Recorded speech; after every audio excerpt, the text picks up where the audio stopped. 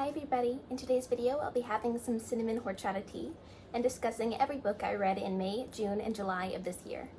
I read a grand total of 2 books in May, which, hey, better than 0. The first of which being The Color Purple by Alice Walker. This is an epistolary historical fiction novel following our main character Celie between the years of 1909 and 1947.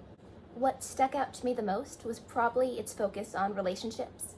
Celie's relationships with her sister, her father, her husband, her stepchildren, and her husband's ex-lover are all explored in a really genuine and touching way.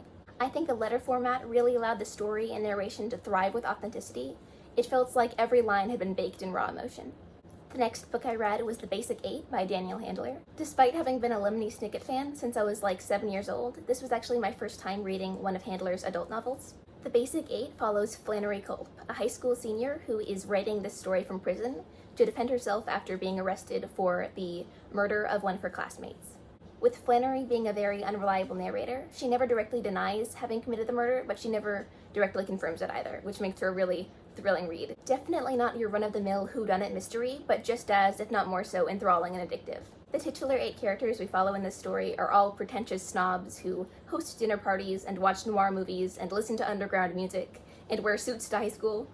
I found Flannery's self-righteous narration tough to suffer through at first, but it quickly grew on me and became one of my favorite aspects of the book. She's without a doubt a protagonist I loved to hate. A classic case of the unreliable narrator, Flannery constantly keeps the reader in the dark as to what is real and what isn't.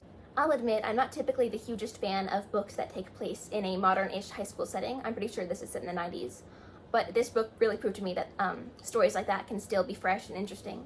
I'm actually a little surprised I've never heard anybody talk about this book before. I think maybe had it come out a few years later when the young adult genre was a little more popular, I think it would have gotten more buzz. It's a deeply flawed book, and I'll be the first to admit that, but I couldn't help loving it regardless. It reminded me of how it feels to stay up past your bedtime reading a book you just can't put down, a high I haven't felt in a long time. I had sort of been in a reading slump all year long, but this book really grabbed me by the wrists and heaved me out of it. The much anticipated plot twist was perhaps a bit of a used one, and not quite as revolutionary as I had hoped for, but the more I thought about it, the more sense it made. Once I finished it, I immediately had the urge to go back and reread it from page 1 just to see everything I'd missed. I really love how it screwed with my mind like that. The first book I read in June was And Then What Else, also by Danielle Handler. This was his memoir, so I got the opportunity to read all about his thoughts on pop culture and literature, in addition to a healthy handful of personal anecdotes. While I didn't necessarily blindly agree with every single opinion that was stated in the book, I couldn't help but admire and adore the way everything was written, and it's easily become one of my new favorite memoirs. The next book I read was Valerie and Her Week of Wonders by Vyacheslav Nesval. I'm so sorry if I'm pronouncing that incorrectly. This is a surrealist Czech novel from 1945 about a 17-year-old girl named Valerie as she spends an absurd and perilous week among vampires, enchanted jewelry, and family members out to kill her. The story as a whole is, or at least very much appears to be, a metaphor for the transition from girlhood to womanhood and all the wonders and horrors that come with that journey. I like to think of it as Carrie meets Alice in Wonderland, but with fewer 70s hairstyles or British formalities. In spite of its age and cool author name, I wouldn't consider this the most intellectual of fiction. It's very pulpy. Is reading it gonna make you any smarter? Probably not, but you'll sure as heck have a fun time. If you love gothic aesthetics and surrealist goodness, I'd recommend giving Valerie and Her Week of Wonders a try. It's also a shockingly quick read. I completed it in virtually one sitting. The next book I read was The Ex-Hex by Erin Sterling. Romance has always been my least favorite genre, but I wanted to give it another shot because I remember having a very good reason for it at the time, but I cannot seem to recall said reason at the moment.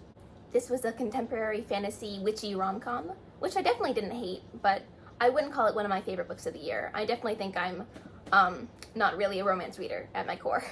I'm willing to give credit where credit's due though. It was a fun read. The next book I read was A Tale of Witchcraft by Chris Colfer. This is the second book in a middle grade trilogy that follows this group of fairies, not like the Little Pixies, but think more along the lines of the fairies in Disney's Sleeping Beauty. I've read a lot of Chris Colfer's books, but this one just might be my favorite. I think it perfectly combined the author's signature humor with a super fun story and really important lessons on acceptance and friendship. If you like children's fantasy stories that feel sort of like fairy tales, I definitely recommend giving this trilogy a shot. The next book I read was Lolita by Vladimir Nabokov. I feel like everything there is to be said about this novel has been said already, and I hardly have anything original to add to the conversation. Overall, it was a very sad and sickening read, so I guess it achieved what it set out to. I will say that the prose in this book isn't dense per se, but it is very rich. It's not the kind of writing you want to skim through. It's full of deftly worded sentences and precocious vocabulary that's fun to look up. You can tell the author was a big fan of his thesaurus. The first book I read in July was An Enchantment of Ravens by Margaret Rogerson.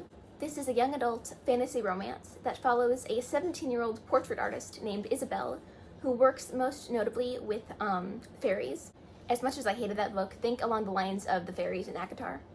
However, one day, one of her fair clients becomes very displeased with the way she has painted him, so he decides to pretty much take her hostage and bring her back to the fairy realm.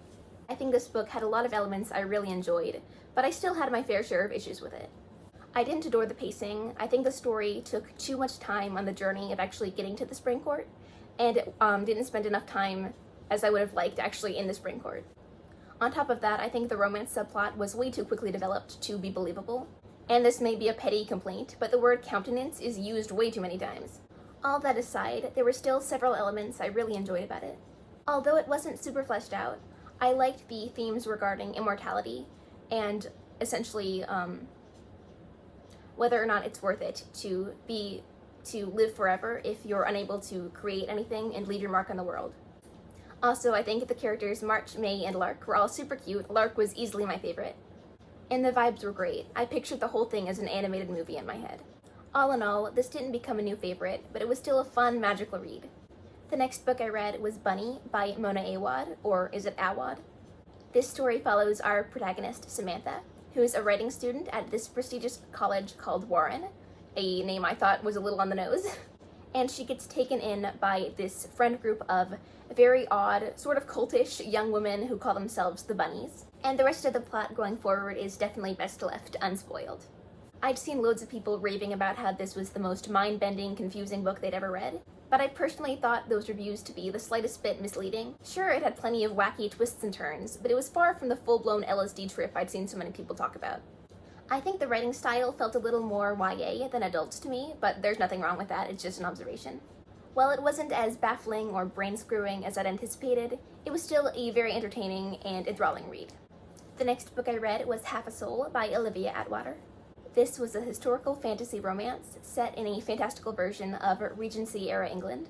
The story follows our main character, Dora Eddings, who as a child had half of her soul taken away by a fairy, and having only half of her soul as an adult leads her to not exactly experience emotions in the same way that most other people do.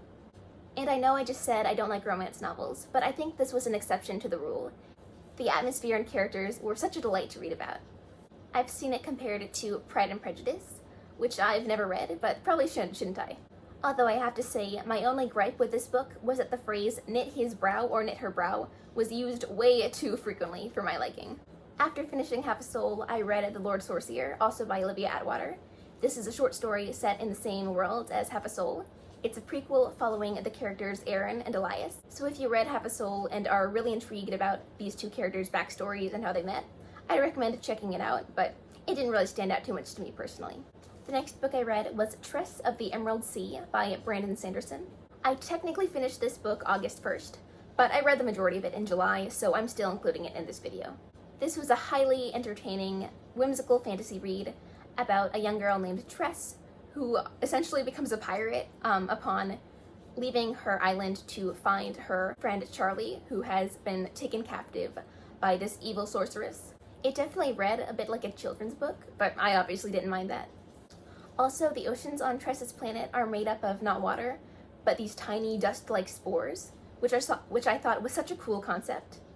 And as much as I hate to say it, while plenty of the jokes in this book were very charming and humorous, there were a decent handful that I didn't really think landed. They felt a little forced, just in my opinion. But on the whole, Tress was a super fun, cozy adventure, and I definitely plan on reading the rest of the books in Sanderson's Secret Projects line, I think is what it's called.